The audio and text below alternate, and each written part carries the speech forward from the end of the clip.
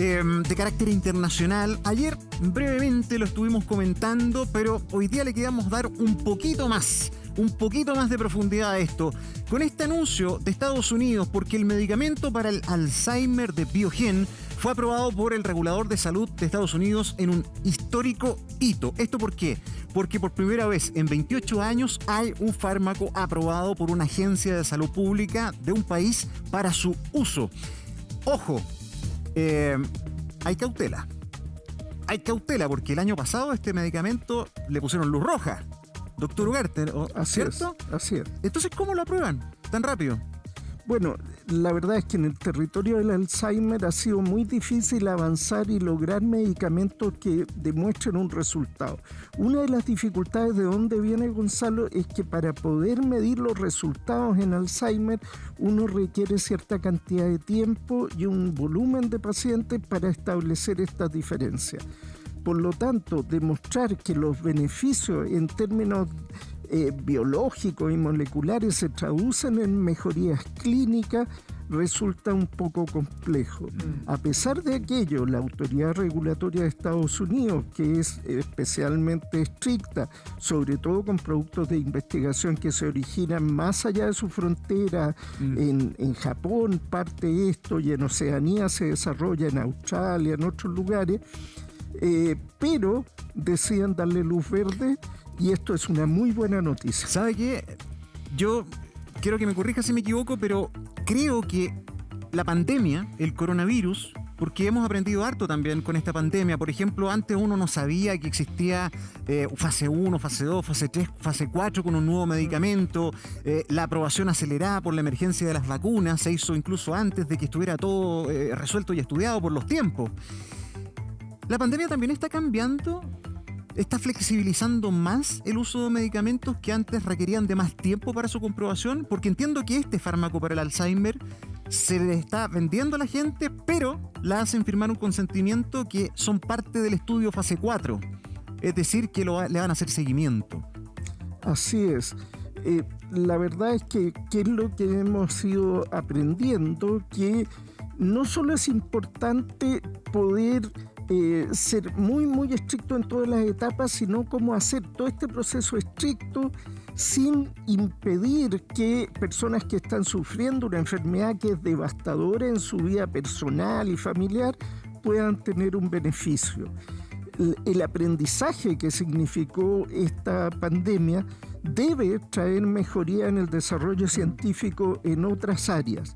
Y probablemente la autoridad regulatoria en Estados Unidos, que los norteamericanos, si ustedes se fijan, son muy rápidos en cambiar y en irse adaptando a los nuevos avances, está dando una señal hacia allá con esto y probablemente el resto del mundo siga en ese sentido. Ahora estamos hablando, doctor Ugarte, de un tremendo descubrimiento. Por primera vez hay un medicamento que supuestamente frenaría el desarrollo del Alzheimer. Claro, las consecuencias o los efectos colaterales es otra cosa que se está investigando y hay que ver cómo se maneja eso. Pero también tenemos declaraciones de Soledad Matus, que ella trabaja en la investigación de ciencia y vida. Respecto a esto mismo, la vamos a escuchar para comentarla, doctor. En este caso, la empresa ha desarrollado esta terapia, que es un anticuerpo que reconoce de manera bastante específica a una proteína que está presente en el cerebro de los pacientes con Alzheimer, y es la proteína beta-amiloide. Si bien la aprobación ha generado mucha alegría para los pacientes, es importante decir que no ha estado lejos de la controversia, porque hay estudios que han mostrado la eficacia de este anticuerpo como terapia, mejorando ciertos aspectos cognitivos de los pacientes con Alzheimer, pero hay otros estudios que no han dado los mismos resultados. Por lo tanto, la FDA ha sido cautelosa y, si bien aprobó el uso de esta terapia, le ha pedido a la empresa que desarrolle más estudios. Cautela entonces, doctor, porque dice, claro, se ha avanzado en el tema cognitivo que podría ayudar, pero hay otros estudios que indican que no están así, además de las consecuencias que podríamos tener con el medicamento. Claro, la verdad es que esta es una terapia bastante innovadora y que logra disminuir un efecto que ocurre sobre ciertas proteínas que infiltran el cerebro y que por lo menos morfológicamente son muy evidentes estos cambios. ¿Cuánto de esto se traduce en una mejoría clínica, un estudio muestra buenos resultados, otro no demostró los mismos resultados. Entonces, cierto grado de cautela, pero vamos viéndolo en la práctica. Doctor Ugarte, perdón, para aprovechar de aprender, a ver, el Alzheimer actúa, por lo que ayer nos explicaba el doctor Molina, con esta proteína que, si podemos volver a la gráfica que muestra las neuronas y todo eso. Ah, ya, perfecto. Bueno, mientras aparece, ahí va, ya. Entonces, las neuronas empiezan a ser envueltas por esta, ¿cómo se llama? Beta-amiloide. Beta-amiloide, ¿cierto? Sí. Una proteína. Y eso opaca el funcionamiento de las neuronas y en definitiva lo anula. Por eso empezamos a perder capacidades, memoria, motricidad y una serie de cosas. Pero ¿qué es lo que hace que aparezca esta capa? Porque en una de esas podemos hacer algo durante nuestra vida para evitar que esa proteína aparezca más o menos. La alimentación es una cuestión hereditaria, no hay nada que hacer, es mala suerte. O sea, hay elementos hereditarios sin duda alguna y algunas condiciones de vida que nosotros sí podemos manejar, como las condiciones de dieta, de realizar simplemente actividad física moderada, ejercicio físico, pueden disminuir la velocidad de propagación. Básicamente, entendamos una neurona no solo como una célula que guarda memoria e información como una computadora, sino que tiene estas extensiones, estas dendritas, ¿no es cierto?, que conectan con otras neuronas, mágicamente estableciendo una red, supongamos como una internet dentro de nuestro cerebro. Oye, ¿sabes que una vez en el Discovery Channel mostraron un ejercicio que es súper fuerte, pero increíble? Conectan a un paciente que está con autorización de la familia y todo, que está muriendo. Y lo monitorean en tiempo real y muestran su actividad cerebral. Y muestran el momento en que el paciente muere. Las neuronas empiezan a desconectarse. Esos pelitos, las dendritas, y empiezan a separarse. Qué al momento de la muerte. ¿Pasa así o no? Claro, en el fondo, el misterio de nuestra vida intelectual superior se basa físicamente en este tipo de células tan pequeñitas e interconectadas. Entonces, ¿quiénes somos nosotros en nuestra vida intelectual superior? Una multitud de celulitas conectadas unas con otras como una internet en nuestro interior.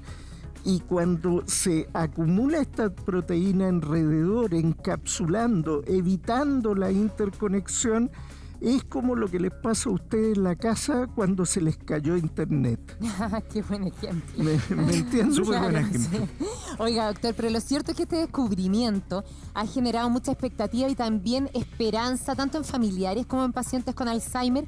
Y también le fuimos a preguntar al doctor especialista en Alzheimer y en memoria, Rodrigo Santibáñez, de la red Saluce, y esto fue lo que dijo.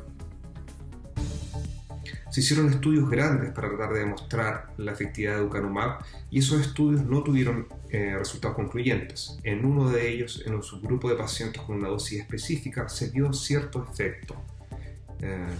Sin embargo, eso, insisto, no está completamente probado.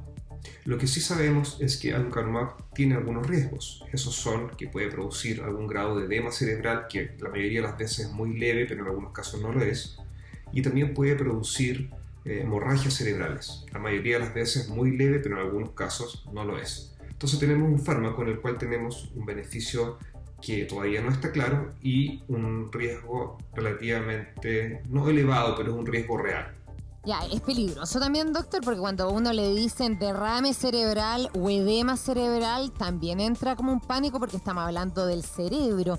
¿Qué tan peligroso puede ser este medicamento? Bueno, la verdad es que los efectos adversos que se han visto son menores, pero ¿qué es lo que se hace? Es balancear entre el posible riesgo eventual en algunos casos y el posible beneficio. Eso es lo que se ve y en cada medicamento, en cada vacuna, en cada nuevo producto farmacéutico se evalúan estas variables para resolver en este grupo de pacientes donde concentra el mayor potencial beneficio y el menor riesgo, y ahí se indica, y eso es lo que se está haciendo ahora. O sea, Sí. por ejemplo, pacientes que en general tengan como más problemas de coagulación o cosas así, ¿no podrían tener este tratamiento? ¿Hay gente que se quedaría fuera según esto o no? Desde luego, algunos pacientes que tengan especial riesgo frente a la presencia de edema, aunque sea mínimo, por condiciones de daño neurológico previo, aumento de presión intracraniana o que tengan predisposición a sangrado, el médico que los atiende debe considerarlo al momento de la indicación del tratamiento. Ahora, el beneficio potencial que esto tiene, si bien está en algunos estudios, hay que ver ahora en el estudio de fase 4, viendo en el mundo real, si se reitera y se comprueba. ¿Saben cuánto vale el medicamento? ¿Cuánto? A ver, debe ser carísimo. Pero veamos lo que tienes que mostrar tú primero y les Ya, y cuento. quedamos Estoy atentos a medio. Estoy sacando la cuenta. Sí, porque un descubrimiento como este, por Dios que debe ser caro, pero hablamos con más especialistas también, con el profesor de Anatomía y Fisiología, Cristian Lasaña, de este descubrimiento, y pongamos atención. Las pruebas clínicas de esta droga, de esta inmunoterapia, no fueron positivas. Se hizo una primera prueba clínica hasta la fase 3 en que no se vieron resultados positivos en pacientes que se les dio esta inmunoterapia, y la segunda oportunidad fue incompleta y los análisis no fueron desarrollados de forma adecuada para muchos investigadores.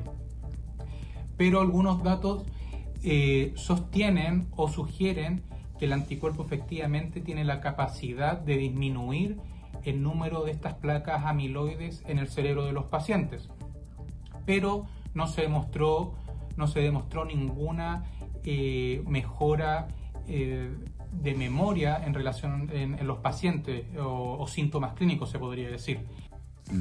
¿No se vieron mejoras en los pacientes? O sea, te frena la enfermedad, pero no es que mejores. Uno de los temas en ciencia es cómo medimos los resultados. Entonces se ven resultados en términos que logra disminuir estas placas de amiloide, que son las que al parecer dificultan la interconexión neuronal y la vía superior. Pero de ahí a que eso se traduzca en resultados clínicos, en el corto lapso que se midieron, no se logra establecer con claridad. ¿Cuál es la línea de futuro? Es ver esto aplicado en un tiempo más largo, si no solo produce cambios que se puedan ver en las imágenes, sino que además se vea un cambio en la calidad de vida de los pacientes, pero seguido en un periodo prolongado. Bueno, respecto al valor del medicamento, porque ya está a la venta. Quedamos metidos con el doctor. Sí, a ver, el precio del Adulgem, así se llama el fármaco, es entre $20,000 y $50,000 al año. ¿Qué significa esto? Alrededor de 40 millones de pesos anuales, si lo traducimos a pesos chilenos. Es decir, el tratamiento para el Alzheimer por ahora cuesta mensualmente en plata chilena 3 millones y fracción. Por lo tanto, este mensaje es para mi familia. Si se me empiezan a olvidar las cosas, déjenme tranquilo nomás. Total, no me voy a acordar, dices tú, claro. No se preocupen por mí. ¿Ah? Es que Gracias. sí. Bueno, ahora, hay medicamentos así tan caros. Bueno, Sí. uno entiende, lo hablábamos ayer, que la investigación para descubrir estos remedios también es carísima. Pero 3 millones de pesos, doctor, al mes. Bueno, la verdad es que una de las líneas de desarrollo de nuevas moléculas para el cáncer, para el Alzheimer, para otras enfermedades, entre ellas el COVID, es desarrollar con ingeniería genética u otras formas anticuerpos específicos que van a actuar como una bala mágica que se dirige contra una molécula en particular. Desarrollar eso hoy en día es posible, pero tiene un costo altísimo. ¿Qué es lo que ocurre? Que a nivel de ciencia se tiene la esperanza que en la medida que más y más se desarrolla en esta área, gradualmente los precios vayan bajando.